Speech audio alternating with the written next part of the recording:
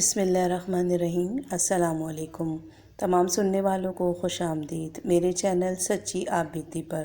تو جن دوستوں نے ابھی تک میرے چینل کو سبسکرائب نہیں کیا ہے وہ اسے سبسکرائب کریں اور بیل کے بٹن کو پریس کریں تاکہ آپ کو ملتی رہے آنے والی چینل کی تمام اپڈیٹ۔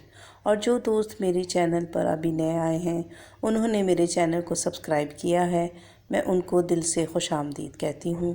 اور جو دوست بھی اپنی سچی آپ بیتی میرے ساتھ شیئر کرنا چاہتے ہیں وہ انسٹاگرام پر آ کر اپنی سچی آپ بیتی میرے ساتھ شیئر کر سکتے ہیں۔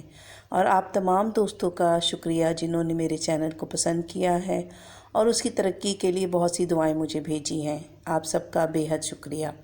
چلیے چلتے ہیں آج کی سچی آپ بیتی جو کہ ہمیں کاشف نے بھیجی ہے، سنتے ہیں کاشف کی سچی آپ بیتی۔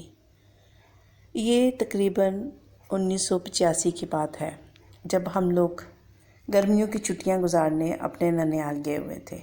میرا ننیال میاں چنوں میں تھا اور ہم لوگ بہت ہی خوش تھے کیونکہ ہم کافی عرصے کے بعد اپنے ننیال آئے تھے۔ میرے ساتھ میرا ایک کزن بھی تھا جو کہ اب اس دنیا میں نہیں ہے۔ میں اور میرا کزن، اس کا بھی ننیال کاموکی میں تھا، وہ بھی اپنے ننیال ہم لوگوں کے ساتھ آیا تھا، لیکن اس کا زیادہ تر وقت میرے ساتھ گزرتا تھا کیونکہ ہم دونوں کزن کے علاوہ ایک بہت اچھے دوست بھی تھے اور ہم لوگ ایک ساتھ ہی سب جگہ آتے جاتے تھے۔ ہمارا معمول تھا کیونکہ ہم کراچی شہر کے رہنے والے تھے تو ہم لوگ جلدی نہیں سوتے تھے، ہم دونوں رات میں اسی طرح نکل جاتے تھے باہر اپنے کزن کے ساتھ۔ بعض دفعہ تو بہت لیٹ ہو جاتا تھا کیونکہ امی بھی ناراض ہوتی تھیں کہ یہ کراچی نہیں ہے، یہ ایک چھوٹا سا شہر ہے اور یہاں کے جو رسم و رواج ہیں وہ کراچی والے نہیں ہیں۔ خیر ہم بچے تھے، ہم کہاں مانتے تھے ان باتوں کو۔ میں نے امی سے کہا کہ ہم یہاں پر اپنی چھٹیاں گزارنے آئے ہیں اور ظاہر سی بات ہے ہم لوگ انجوائے کریں گے۔ میری امی بھی خاموش ہو گئی اس بات پہ۔ خیر ہم سارا دن گھومتے تھے اور راتیں بھی ہم لوگ اسی طرح اپنے دوستوں کے ساتھ باہر گزارتے تھے۔ ایک دن میرے کزن نے جس کا ننیال کاموکی میں تھا تو اس نے مجھے کہا کہ یار تیرے ماموں کی بائک لے کے ہم دونوں کاموکی چلتے ہیں۔ تو میں نے کہا کہ اچھا، میں ماموں سے بائک کی چابی لے کر آتا ہوں تو پھر ہم دونوں چلتے ہیں۔ خیر میں اپنے ماموں سے ان کی بائک کی چابی لے کے آیا اور ہم دونوں اس کے ننیال کے لیے نکل پڑے۔ خیر راستہ اتنا دور نہیں تھا، آرام سے 1 گھنٹے کا راستہ تھا جو ہم لوگوں نے بائک پہ طے کیا اور ہم لوگ اس کے ننیال پہنچے۔ سارا دن ہم لوگوں نے وہاں گزارا اور پھر رات میں ہمیں کافی لیٹ ہو گیا وہاں سے نکلتے۔ تو میرے کزن نے کہا کہ چلو صبح چلیں گے۔ میں نے کہا نہیں، امی ناراض ہوں گی اور پریشان بھی ہوں گی۔ اس ٹائم آپ کو پتہ ہے کہ یہ موبائل اور ٹیلی فون اتنے زیادہ نہیں تھے، کسی کے گھر میں موبائل تو بالکل ہی نہیں تھا اور جو فون بھی تھا وہ بھی کبھی کسی کے گھر میں ہوتا تھا۔ خیر میں نے کہا کہ نہیں یار کچھ بھی ہے ابھی نکلنا چاہیے، تو ہم دونوں پھر وہاں سے نکل پڑے۔ رات کا تقریباً 12 بج رہے تھے رات کے جو ہم لوگ وہاں سے نکلے۔ میں نے کہا پہنچ جائیں گے آدھے گھنٹے میں، اور ہم دونوں باتیں کرتے ہوئے آ رہے تھے۔ جیسے ہی کچا راستہ شروع ہوا جہاں پر کھیت تھے اچانک ہم لوگوں کی بائک بند ہو گئی۔ تو میں پریشان ہو گیا کہ یار بائک بند ہوگی، خدا نہ خواستہ خراب نہ ہو گئی ہو یا پیٹرول ختم نہ ہو گئی ہو۔ اور ہم لوگوں کے پاس کچھ ایسا تھا بھی نہیں کہ جب ہم جلا کر اس کو روشنی میں دیکھتے، اور اندھیرا تھا کہ بس بہت زیادہ اندھیرا تھا جو کہ کچھ نظر نہیں آ رہا تھا، اور ہماری بائک تھی کہ ایک ہی جگہ پر اسٹل ہو گئی، نہ وہ آگے کو ہو رہی تھی نہ وہ پیچھے کو ہو رہی تھی، اور رات کے 12:30 بج رہے تھے۔ میں تو بے حد پریشان اور اپنے کزن کو میں غصے میں باتیں سنانے لگا کہ یار تمہاری وجہ سے اتنا لیٹ ہو گیا اور کس قدر سناٹا ہے۔ تو اس نے کہا کہ پریشان مت ہو، انشاءاللہ دیکھنا اللہ تعالیٰ ہماری مدد کریں گے۔ اور ہم دونوں وہیں پہ کھڑے ہو گئے، اور پھر اچانک ہی میرے کزن نے ایک بات اونچی آواز میں کہنے شروع کر دی کہ آپ لوگ ہمیں راستہ دے دیں۔ میں نے کہا تمہارا دماغ خراب ہو گیا ہے؟ اس نے کہا مجھے انگلی کے اشارے سے خاموش رہنے کا کہا، اور اس نے 3 سے 4 دفعہ ایک ہی بات دہرائی کہ آپ لوگ ہمیں راستہ دے دیں۔ اور تیسری دفعہ اس نے جب یہ بات کہی تو اچانک ہی ہماری جو موٹر بائک تھی وہ نیچے زمین پر گر گئی، کیونکہ اسٹینڈ پہ کھڑی کی ہوئی تھی کزن نے، وہ زمین کے اوپر گر گئی۔ میں تو فوراً ہی خوف سے اپنے کزن کے گلے لگ گیا، اور میں نے کہا مجھے بہت ڈر لگ رہا ہے۔ وہ عمر میں مجھ سے تھوڑے بڑے تھے اور ماشاءاللہ ان کی ہائٹ بھی اچھی تھی اور جسامت بھی اچھی تھی۔ اس نے مجھے کہا پریشان مت ہو، اور مجھ سے کہا کہ آؤ بائک کو اٹھاتے ہیں، اور ہم نے بائک اٹھائی اور اس نے مجھے کہا کہ بیٹھو۔ میں نے کہا بائک خراب ہے، اس نے کہا بیٹھو۔ جب ہم بائک پر بیٹھے اور اس نے جیسے کک ماری، بائک اسٹارٹ ہو گئی اور ہم لوگ خیر سے اپنے گھر پہنچ گئے۔ گھر آ کر میں نے اس سے کہا کہ تم نے ایسا کیوں کہا؟ اس نے کہا کہ میرے جو دادا ہیں، مطلب جو میرے رشتے کے ایک دادا ہیں، انہوں نے مجھے کہا کہ کبھی تمہارے ساتھ اس طرح ہو، کبھی ویرانے میں یا کبھی ایسی جگہ جہاں تمہیں کوئی مشکل پیش آ جائے اور رات کا یہ پہر ہو، تو تم وہاں کی جو مخلوق ہوتی ہے اس سے راستہ مانگ لیا کرو، کیونکہ بعض دفعہ یہ لوگ راستے میں ہوتے ہیں اور ہمیں پتہ نہیں ہوتا۔ تو میں نے اپنے وہی دادا کی بات کو دہرایا، اور شکر ہے کہ میرے ذہن میں وہ بات آ گئی، اور تم نے دیکھا کہ کس طرح ہمیں راستہ مل گیا۔ خیر، ہم نے اپنے گھر والوں سے اس چیز کا ذکر نہیں کیا۔ اور پھر دوسرے تیسرے دن کی بات ہے کہ ہمارے گاؤں میں میاں چنو میں ایک جوان لڑکے کا انتقال ہو گیا۔ اس کی کسی سے دشمنی تھی، تو دشمنوں نے اس کے اوپر چھری سے وار کر کر اس بیچارے کو قتل کر دیا۔ ہم لوگ اس کے جنازے میں گئے، جنازہ مطلب پڑھا کے گھر واپس آ گئے۔ پھر رات میں پھر ہم سب کزنوں کا پلان ہوا کہ چلو ایک ہوٹل تھا، وہاں جا کر ہم لوگ چائے پیتے ہیں۔ میں نے اپنے کزن سے کہا نہیں بھائی میں نہیں جا رہا، ٹائم بہت زیادہ ہو گیا اور مجھے بہت زیادہ خوف آ رہا ہے۔ اس دن سے تو میرا دل بہت پریشان ہے کہ میں تو اب نہیں جاؤں گا، دن کی روشنی میں جہاں جانا ہے چلیں گے، لیکن رات کی روشنی میں نہیں۔ تو انہوں نے سب نے میرا بہت مذاق اڑایا۔ میں نے کہا میں نہیں جاؤں گا، لیکن ان سب نے مجھے بہت زبردستی اپنے ساتھ گھسیٹا اور لے گئے۔ وہاں پہ ایک ڈیرا تھا میرے کزن کے دوست کا، ہم لوگ وہاں پر چلے گئے، اور وہاں ہم لوگوں نے خوب ہلا گلا کیا، بہت مستی کی، اور وہی بات ہمیں ٹائم کا اندازہ ہی نہ ہوا۔ اور جب ہم لوگ وہاں سے اٹھے تو رات کا 12:45 ہو رہا تھا۔ میں نے کہا کہ دیکھ لو یار، پھر وہی والی بات ہو گئی، اتنا ٹائم ہو گیا اور پھر تمہیں پتہ ہے کہ اندھیرا اتنا ہے اور راستہ بھی تھوڑا لمبا ہے، تو پھر جاتے ہوئے مجھے تو خوف آ رہا ہے۔ تو وہ سب کہنے لگے یار ہم سب ایک ساتھ جائیں گے، تم لوگ اکیلے نہیں جاؤ گے۔ تو میرے 4 کزن اور بھی تھے، اور ہم سب کے پاس ایک ایک بائک تھی، تو ہم لوگ اس پہ 3 کر کر بیٹھ گئے اور اپنی گھر کی طرف روانہ ہو گئے۔ اچھا، گھر ہم جب جا رہے تھے تو بیچ میں قبرستان پڑتا تھا، جو کہ بہت ہی پرانا قبرستان ہے وہاں پر، وہ قبرستان پڑتا تھا، اور ہم لوگ بہت ہی آہستہ مطلب اپنی بائکیں چلا رہے تھے، کیونکہ راستہ تھوڑا کچا تھا، تو یہ تھا کہ گاڑی کہیں خراب نہ ہو جائے، کہیں سلپ نہ ہو جائے، تو ہم لوگ بہت سلو اپنی بائکیں چلا رہے تھے اور آگے پیچھے تھے تاکہ ایک دوسرے سے دور نہ ہو جائیں، اور راستہ طے کر رہے تھے۔ تو دور سے ہمیں قبرستان میں ایک دیے کی روشنی نظر آئی۔ تو میرے وہ کزن جو کہ اپنی ہائٹ اور اپنی جسامت کی اعتبار سے ہم سب میں تگڑے تھے، تو انہوں نے وہیں بائک روکی اور انہوں نے کہا کہ رکو، وہ دیکھو قبرستان میں روشنی نظر آ رہی ہے۔ میں نے ان سے کہا کہ اللہ کے واسطے بھائی وہاں جانے کی ضرورت نہیں ہے، ہم لوگ گھر کی طرف چلتے ہیں، مجھے تو ویسے ہی خوف سے میری جان نکلی جا رہی ہے۔ انہوں نے مجھے کہا کہ تم پریشان مت ہو کاشف، بس یہ دیکھنا ہے کہ روشنی کس چیز کی ہے۔ ان کے ساتھ میرے 4 جو کزن تھے وہ بھی شامل ہو گئے۔ انہوں نے کہا کہ ہاں چلو چل کر دیکھتے ہیں، لیکن میں نے کہا میں تو جاؤں گا نہیں، آپ لوگ جاتے ہو آپ لوگ جاؤ۔ انہوں نے کہا ٹھیک ہے، اگر ہم قبرستان کی طرف جاتے ہیں اور تم اکیلے یہاں پر کھڑے رہو گے تو تمہیں کوئی نقصان ہوگا تو اس کا ہم ذمہ دار نہیں ہوں گے۔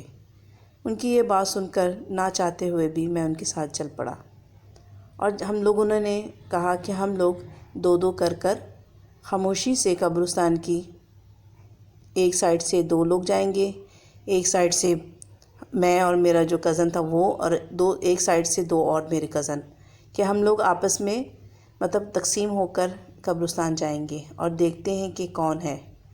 میں نے کہا کہ چھوڑو جو کوئی بھی ہوگا۔ انہوں نے کہا نہیں، چل کر دیکھتے ہیں۔ اور جیسے ہم لوگ آگے بڑھتے جا رہے تھے تو وہ روشنی جو تھی ہمیں وہ واضح محسوس ہوتی جا رہی تھی، اور جیسے ہی ہم قریب پہنچے تو ہم نے جو منظر دیکھا وہ ہم سب کو ہلا دینے کے لیے کافی تھا، کیونکہ وہاں قبر پر 2 عورتیں تھیں اور ایک قبر کھلی ہوئی تھی۔ ان عورتوں کی جو پیٹھ تھی وہ میرے اور میرے کزن کی تھی، مطلب ہم لوگوں کو ان کی پیٹھ نظر آ رہی تھی۔ ان میں جو ایک خاتون تھی وہ کھلی ہوئی قبر میں بغیر لباس کر بیٹھی ہوئی تھی، اور وہ اس نے اپنے بال کھولے ہوئے تھے اور وہ قبر پر بیٹھی نہا رہی تھی۔ یہ دیکھ کر تو میرے جو دل تھا وہ میرے حلق میں آ گیا اور میری آواز بالکل بند۔ میں ویسے ہی بہت زیادہ ڈرپوک انسان ہوں۔ جب میں نے یہ دیکھا کہ میرا وہ کزن جو کہ بہت دلیر ہے وہ آگے بڑھ رہا، میں نے اس کو روک لیا، لیکن اس نے مجھے انگلی کے اشارے سے خاموش رہنے کے لیے کہا اور میرا ہاتھ چھوڑا اور مجھے کہا کہ تم یہیں کھڑے رہو۔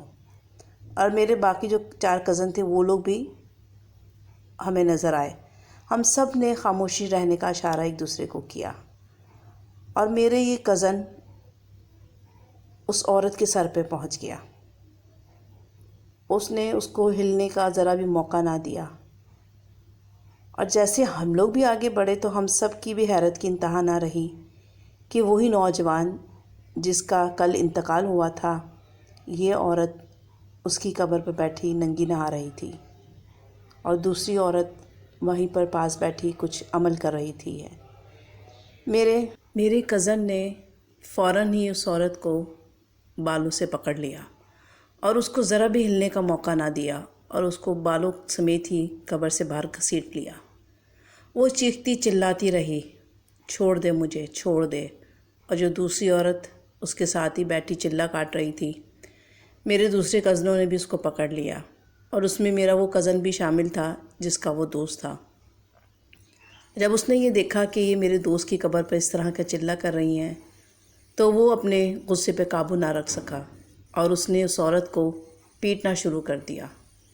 اس نے بے حد اس عورت کو مارا، غصے میں بھی، اور اس نے یہ کہا کہ تم کیا عمل کر رہی ہے اس کے اوپر بیٹھ کر۔ خیر باقی لوگوں نے کہا کہ رک جاؤ، عورتوں کا معاملہ ہے، اپنے ہاتھ میں مت لو۔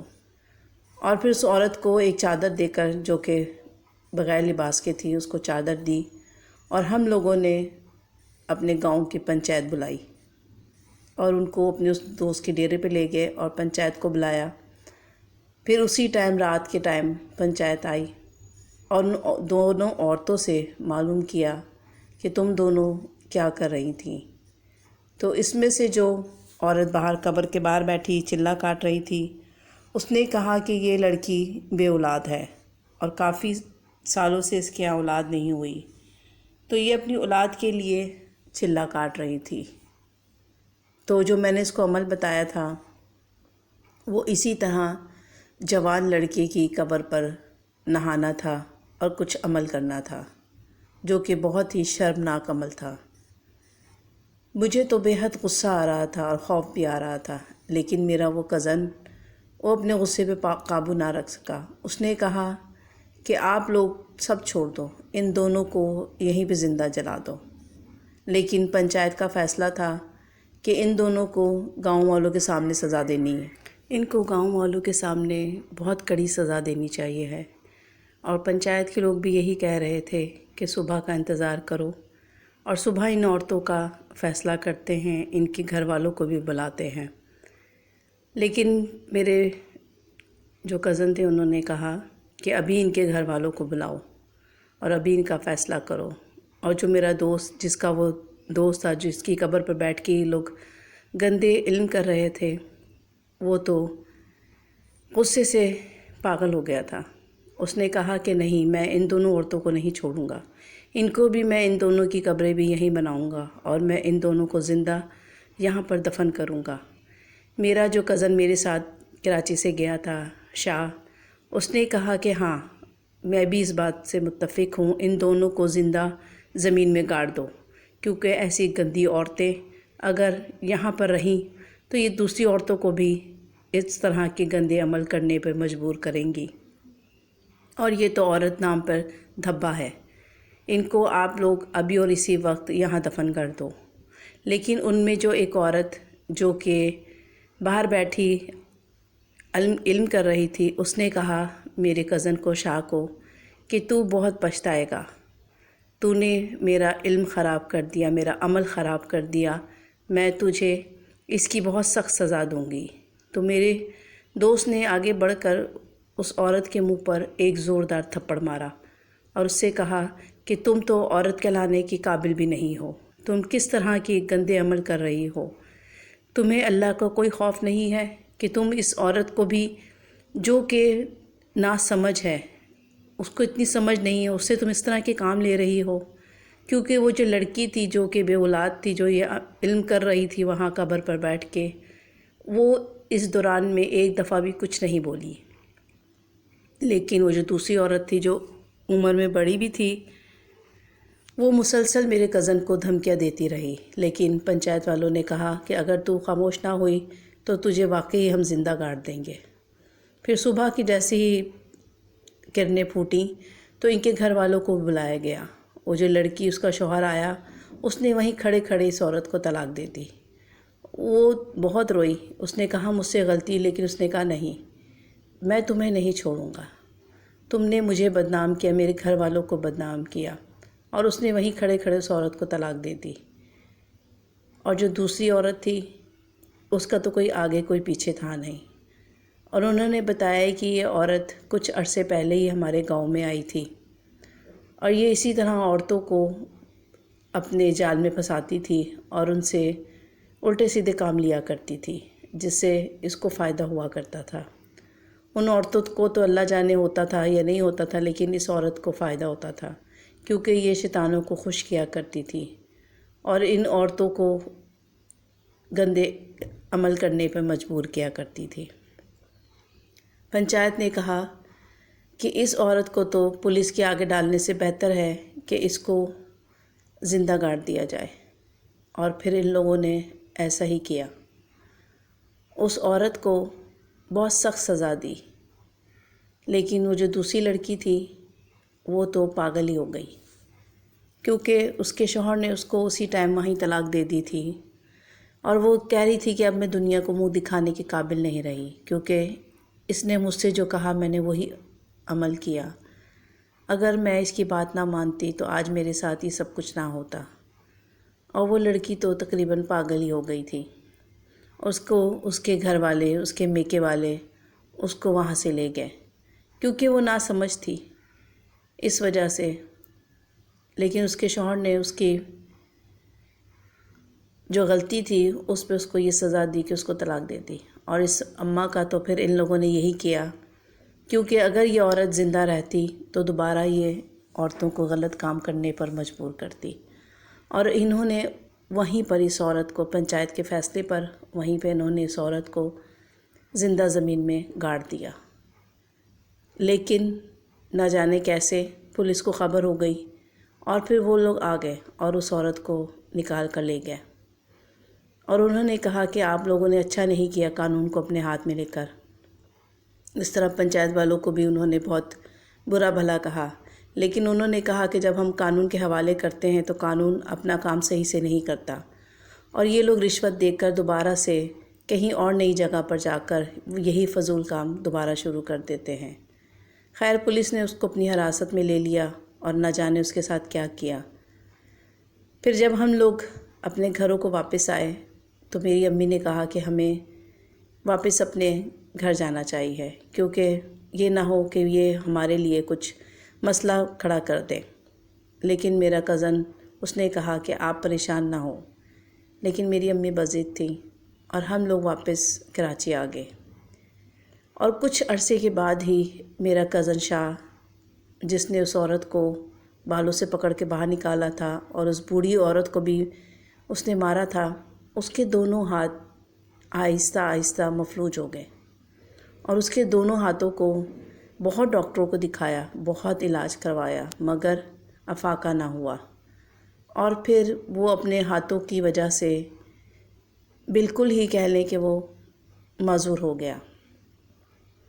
اور پھر اس کا ایک دن اچانک ہی رات میں ہارٹ فیل ہو گیا، اور وہ جوان اس طرح خوبصورت جوان تھا، اللہ جانے اس کو کیا ہوا تھا۔ یا تو اس عورت نے اس کے ساتھ کچھ غلط علم کیا، اپنے موکل کے ذریعے اس کے بازوؤں کو اس نے ختم کروایا، کیونکہ ڈاکٹروں کا بہت علاج کروایا مگر کوئی افاقہ نہ ہوا۔ اس کے گھر والے بے حد پریشان تھے، لیکن کوئی کچھ نہیں کر سکتا تھا۔